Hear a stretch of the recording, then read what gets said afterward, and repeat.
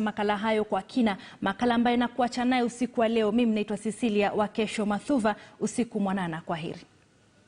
Mtazamaji, hebu tafakari, unatoka kizuizini, yani gerezani, na kuingia katika ulimwengu ambao bado jamii inakudhania kuwa wewe bado ni mhalifu.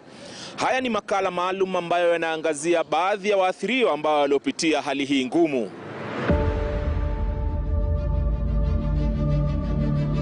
Mtaa wa Kawangware jijini Nairobi.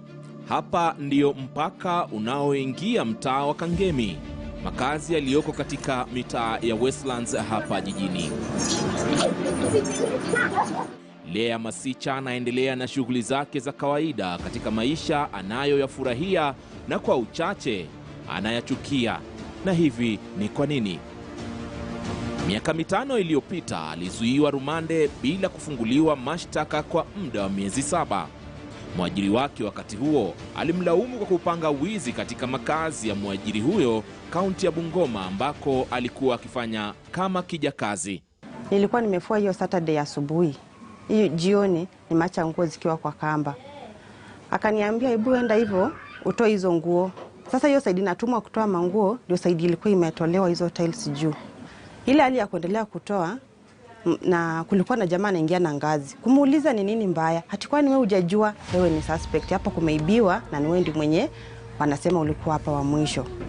Sasa nikisikia tu mimi ni suspect, si nikuishiwa na nguvu.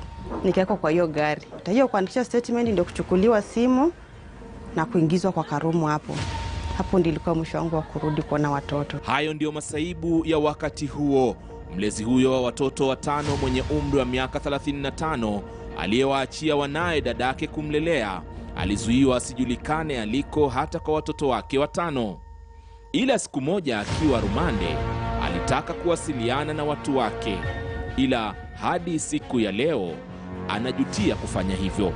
Kuna siku moja tu niliomba simu kuongea nao, but ile reply zenye waliniambia, venye uliiba na nani, haukuambia mtu yoyote venye uliiba ukapeleka. So lipia makosa yako mwenyewe. Nilikaa huko kwa hiyo miezi yote 7 bila kuona mtu mwenye alinivisit.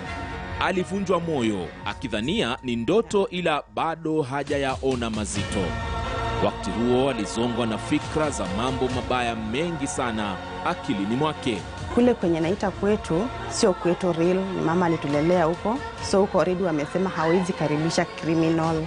So ile kutoka kwa cell nilikosa kabisa mahali pa kuingia. Alilazimika kusafiri na kuondoka Bungoma na kuanza maisha mapya jijini Nairobi ili kuepukana na kutengwa, akidhania ameazika madhila yaliyokuwa yakimkabili na kuachana nayo.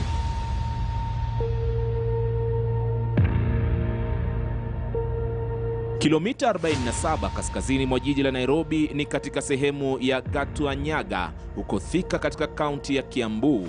Tunakutana na Cecilia Njeri, mwathiriwa mwingine ambaye aliyetengwa na jamii baada ya kuhudumia kifungo katika kosa la kumtenga mwanae. Mimi mama watoto 4. Sasa nilikuwa na watoto 3 na nikatoka kwa baba yao. Nikashindwa kupatia 3 chakula. Hata huyu mmoja sasa hata una nguo zake, una nini. Nyumba kukomboa nimeshindwa, nimefukuzwa, nikapewa ingine. Nyumba yenye nilipewa ilikuwa ya mabati, una vitu za kulalia, una nini. Sasa ukiwa mama, ukiona ile unapitia na watoto wako, hamna chakula, umeamka asubuhi watoto hawajakula na hawajakunywa kitu, umejifukua saa hizo nilikuwa na kama mwezi mmoja, Mdhonia alikuwa na mwezi mmoja. Mimi sasa vile nilifikiria, nilikuwa nimefika mwisho ile ati hata kama unaambiwa uwaue ningewaua. Rafiki yangu mmoja akakuja na anasemanga alinisaidia ingawaje alifariki. Kaniambia watoto wake wanakuanga children's home iko Kiambu. Na vile shinda imekukumba, ulikuwa ananiita Njeri. Na vile shinda imekukumba sasa tutatafuta fare tuwapeleke Kiambu. Mwanae wa kwanza aliwaelekeza maafisa wa nyumba ya watoto hadi nyumbani kwa Cecilia. Hata saa hizi ndio nafikirianga kwani nini ilikuwa imenishika, lakini naonanga tu Mungu akitaka kufanyia kitu ni lazima akupitishie. Tukawekwa sasa kwa Land Rover. Kasimamia Kiambu police station. Mimi nilikaa huko for 1 month. Na nilikuwa na uchungu mingi kama mama. Na baada ya kufanyiwa uchunguzi na kubainika kuwa na changamoto za fedha na haswa hali yake, hakupewa mamlaka ya kuwalea watoto wake. Ni yangu hata hii si kupelekwa kwa mbao watu wote, ilikuwa chamber court. Na watoto wangu wakaletwa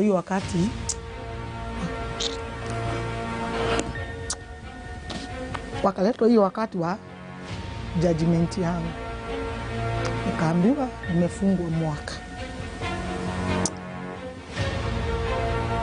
Nimefungwa mwaka na watoto wameenda hata ujui wanakaanga wapi, lakini nilikuwa na hata saa hizi ndio najiulizaga. Kitambo hata sikuwa nachukulia hiyo kitu kama kawaida, nimeenda jela nimetoka. Saa hizi ndio naonanga kweli kwani nilikuwa nimefanya nini. Sasa watoto wakaenda na mimi nikaambiwa sasa nimefungwa mwaka. Hapo ndipo niliamua kupigia dadangu watatu, mimi ndiye first born kwetu. Mwambia mimi nilishikwa na napelekwa Lang'ata na sina kitu, naona uko na mtoto mdogo, sabuni una nini. Sasa unaona mtu sasa nakuuliza sasa ulishikwa ukifanya nini? Hiyo unaona sasa watu wanakulaumu, wanaona wewe ni mbaya. Jamaa zake hawakuwepo kumsaidia wakati wa uhitaji na badala yake walimlaumu kama alivyolaumiwa Lea. Sasa ndio sisi hao tukawekwa kwa gari mpaka Lang'ata. Na mimi nimeenda na Mudhoni alikuwa na kama mwezi moja na nusu. Hata saa zingine naonanga hata Mudhoni sikumpeleka shindano zake zote juu. Vile nilifika kule unajua sasa kwanza unakuwa na stress. Mimi nilikuwa na nini ngumu sana, wakati mgumu sana juu. Kwa najiuliza mwaka itaisha. Unaona mimi sikuwa nakuja kuonekana na mtu. Sasa wewe unaogojea wenye wanaleta misaada ama unaomba mama mtoto fulani kitu juu hakuna mwenye atakuja kukuona. Jela si pahala pa wenye moyo mwepesi, kwani ilikuwa vigumu kwa Cecilia na mwanawe mchanga. Kwanza, hauruhusiwi kuwa kwenye chumba kimoja na mtoto wako. Watoto huishi sehemu maalum na muda wa kuamka kwa mama ni saa 9 za alfajiri. Pia hakuna lishe maalum kwa mtoto kando na chakula cha kawaida kinachopikwa kando. Ni tajiriba Teresa Njoroge anaifahamu vyema. Teresa alizuiwa katika gereza la wanawake la Lang'ata hapa Nairobi kwa kosa la udanganyifu. Mfanyikazi huyu wa miaka na mikaka katika sekta ya benki anakumbuka namna mambo yalifanyika kwa haraka. I happened to handle a fraudulent transaction unknowingly. And what happened was I ended up being arrested because of that fraudulent transaction. Initially, I had thought I would be one of the people who would assist with investigations, to get to the bottom of what had really transpired so that we could get to understand who had dropped the ball. But I ended up being handpicked to carry the cross on behalf of the bank for that particular transaction. I was prosecuted. I was given 4 counts, 3 of theft, stealing from the bank, and 1 was for defrauding the bank. And unfortunately, even though I had not committed that crime, even though I had not stolen that money, I ended up being imprisoned to serve a 1-year sentence at Lang'ata Women Maximum Prison. And I was accompanied by my then 3-month-old daughter. She was only 3 months old. We went to Lang'ata with her, and it was a very difficult time bringing up my daughter behind bars as a first-time mom, first time to ever be convicted of any crime, and more so knowing that I was innocent and I didn't deserve to be there. Mary Khaemba, mkurugenzi wa magereza ambaye anahusika na vituo vya kurekebisha tabia na maslahi ya wafungwa, anakiri kutokana na mikakati ya magereza ya kubadilisha tabia iliyoko sasa, ni vigumu kukidhi mahitaji ya kila mfungwa. Kutokana na hilo, ni sharti yashirikiane na washikadau wengine, miongoni mwao yakiwemo mashirika ya dini na yale yasiyokuwa ya serikali. When a person is convicted and brought into the institution, we start preparing them for reintegration on admission. And when I say that, I mean that every time we are taking them through programs that prepare them to go back into the community. So we have several programs that we have put together to make sure that they get equipped with the skills. Some we enable them change their behavior, and some go to school. But on everyday basis, they are engaged by the institutional welfare officers and the partners from outside. Na baada ya kuhudumia kifungo chake, Teresa anaamini aliyoyapitia katika gereza la Lang'ata yanamchonga vyema ili kufanya mabadiliko. Pamoja na kundi la wanawake wenza, alianzisha shirika la Clean Start linalowasaidia baadhi ya waliohudumia vifungo kupokewa vyema baada ya kutamatisha muda gerezani. As the women came out of prison, the cry that I had heard when I was serving my sentence, and these women would cry from the bottom of their belly and would wonder, when I come out of this prison, what is it I'm going to do? Where am I going to go? I have no home to go back to, no food, and even as I sit here, I do not know where my children are. Women would leave, and 2-3 months later, for sure, they would be back. And I would wonder, why is it that you would come back here after you found your freedom? And so I thought to myself, the first thing I will do is to create awareness of the issues of imprisonment and how challenging reintegrating back into society is. And that's how I started, by creating that awareness within faith-based organizations, going to churches. That was the easiest point to go to. And then I would organize meetings with the women at Uhuru Park, and we would meet there and deliberate on way forward. Idadi kuu ya waliotumikia vifungo hupitia wakati mgumu sana kujiimarisha na pia kujitegemea kiuchumi baada ya kuwa huru. Hata wakati mwingine inakuwa vigumu kupata stakabadhi kama vile vyeti vya tabia njema au hata mikopo kuanzisha biashara, jambo ambalo linakuwa ni sawa na kuupanda mchongoma.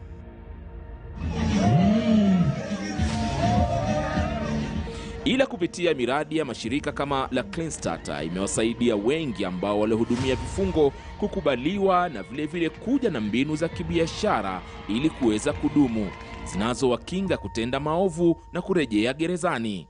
Kwa mfano, Lea ni mmoja waliobahatika kunufaika na sasa anasimamia biashara yake ya duka mtaani. Kujiona na Clean Start nilisikia kutoka kwa marafiki wale wenye washaikuwa huko.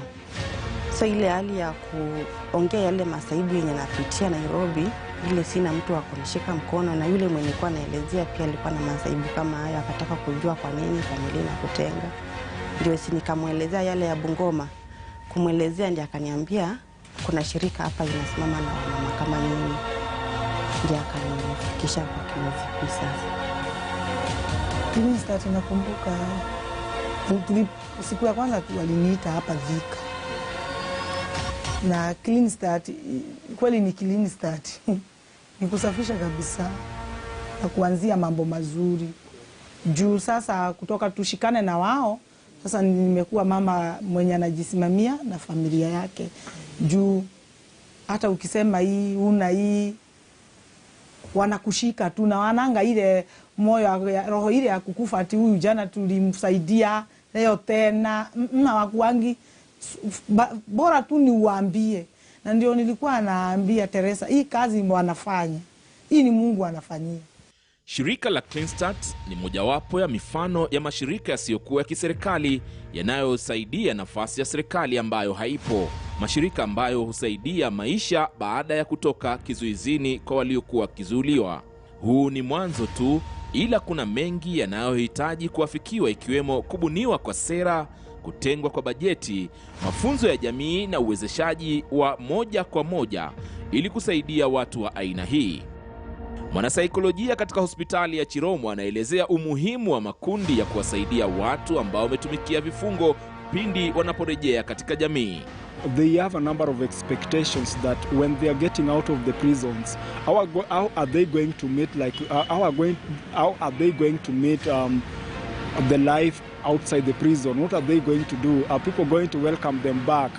Maybe they've been given names. Some will come and say that, hey, I'm going through stigma and I'm feeling like this is not a safe place for me, and majority will still feel like they will wish to go back to prison. Mkurugenzi mkuu wa magereza aliyestaafu Francis Makathimo naye anashikilia kuwa inaanza na jamii kujibadili namna wanavyowachukulia baadhi ya waliokuwa wafungwa.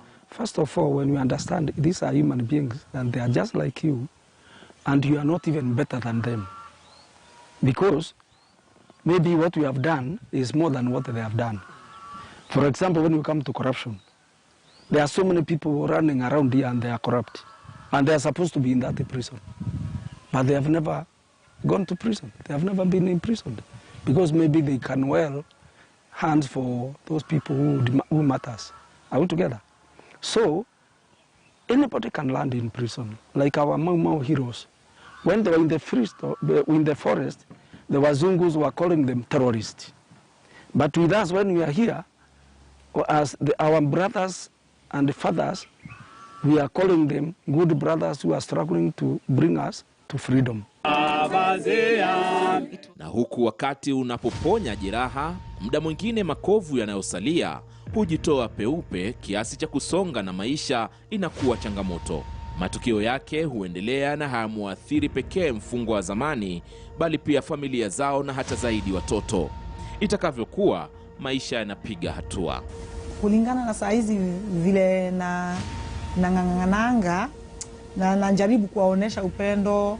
Kama hiyo msimu yote ya corona tulikuwa nao hapa wote wanne, mnapika pamoja, mnafurahi pamoja. Sasa unawaonesha ni watu wa maana, msome. Mimi nilikataa kusoma, msome hata nyinyi vile tunasaidiangwa, hata nyinyi mwe mnasaidia watu wengine hivi hivyo. Sasa naona hata tuongeangi hiyo ya jera, lakini mudhoni ndiye kanatakanga kufikia. Unajua ni alikuwa huko, sasa akisikia anashindwa alikuwa anaendea nini jera. We should be the change we would love to see. I desired to see a criminal justice system that is just. I desired to see women who have opportunities, economic opportunities, education opportunities. And I thought to myself, as a society, we cannot be treating the most vulnerable amongst us this way, such that prisons are full of the poor, not criminals. When they come home, kindly let the community accept these prisoners, because the law is there. If they break law, let them go back to prison. But if someone doesn't break law, don't look at him with bad eyes saying that this man is a criminal. The criminal ended when he was imprisoned. Let's make these people to know who they are, not tagging them, not kinda stigmatizing them, but making them to believe that, you know, the society still welcomes you back. Kuu idara ya magereza hapo awali ikipitia mageuzi ambayo tutasema yameleta faida hususan katika magereza mbalimbali hapa nchini. Kuna haja ya serikali kuhakikisha kwamba baada ya wale ambao wametumikia vifungo vyao wameachiliwa huru, basi wanaingia katika taasisi ambazo zimebuniwa na serikali zitakazowasaidia kusaidiwa zaidi vipi wataweza kujumuika tena upya katika jamii ambayo inayowasubiri. Ali Manzu, KTN News, Nairobi.